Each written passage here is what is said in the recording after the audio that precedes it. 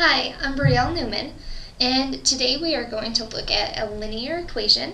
The one behind me has a few different ways that it could be done, but I'm going to show you how it can be done using only one variable.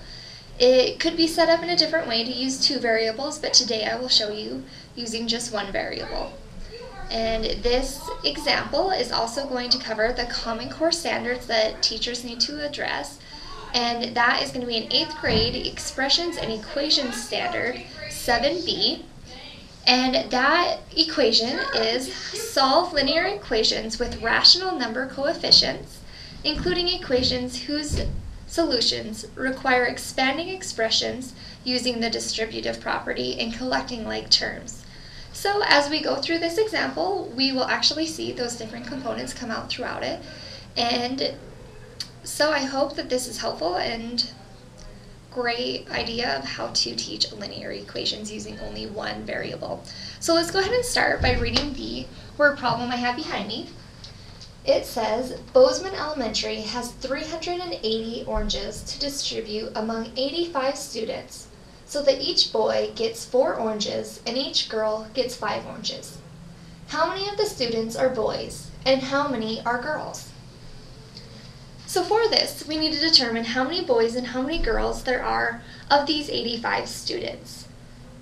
So we want to start out by trying to create a variable that's going to represent either our boys or our girls, since we're only going to be using one. So let's go ahead and represent the girls using an X.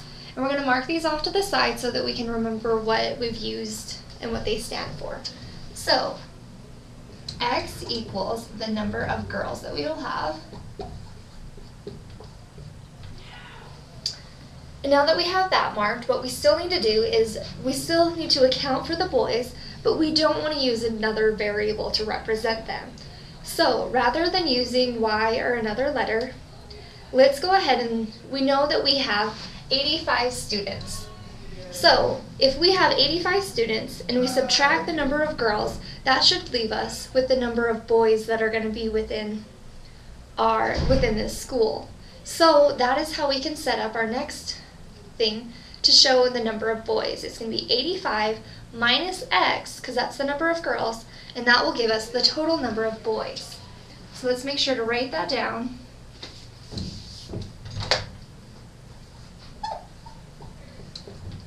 And that way we'll remember exactly what everything stands for. Alright, and now that we have those two things straight, now it's time to create our equation to solve this problem. So let's take another look at our word problem and figure out what it is that we need to be aware of to set up an equation. So we know that it says the boys and the girls are getting different numbers of oranges. It's not the same for all boys and all girls.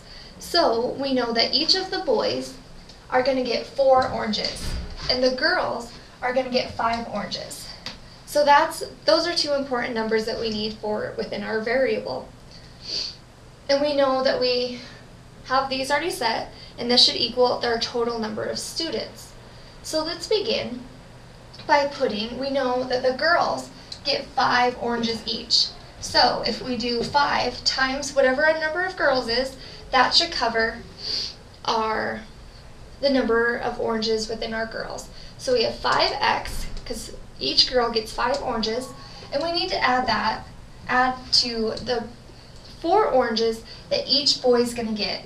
So we'll put 4, and then we already decided that our number of boys is represented as 85 minus x. So that's what we're going to put in this area here. So 4 times 85 minus x.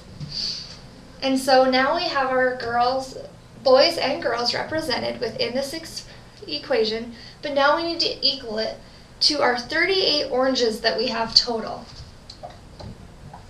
So just put that on the end and our equation is complete. Now all we need to do is go ahead and work through this problem and solve, and it should come out with what our x equals and give us the number of girls that we have. So let's go ahead and get this started. We're going to start just by taking this 5 and bringing it down. And then we need to look at this. With here, this is where our distributive property comes in, and we need to distribute our 4 to our 85 as well as to the x, so it's going to go to both of these and be distributed out among those two. So if we take 4 times 85, that is going to equal 340. So we're going to add 340 down here.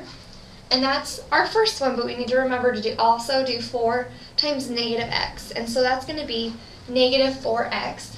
So we'll add that onto here. And then the number of oranges that we have has not changed. We have done nothing to that. So we'll also just drag the 380 down.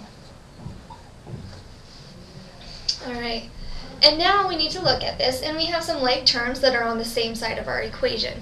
So 5x and negative 4x are our two like terms here, so we want to combine those into one thing. So 5x minus 4x is going to leave us with just 1x, so we can represent that with just an x. We don't need to put the 1 in front of it. And then we're just going to take it one step at a time, so we're going to bring down the rest of the components within our variables.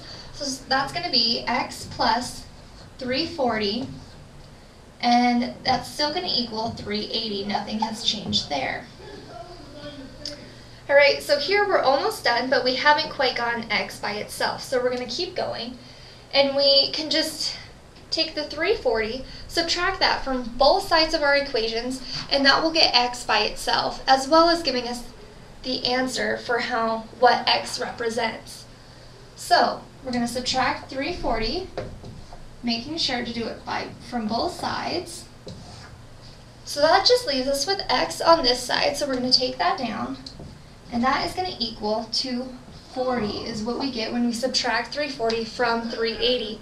So that shows us x equals 40.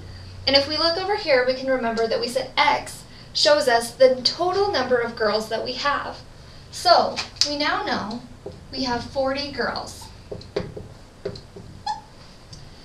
The thing is we're not quite done yet.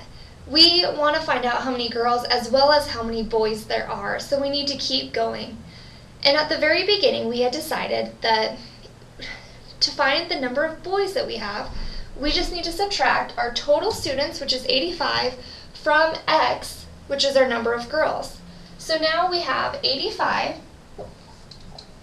minus x, which we decided is 40, and this should give us the number of boys that we have. So, and then we find out that there are 45 boys. So we can go ahead and put that here with our answer. And we have determined that we have 40 girls and 40 boys.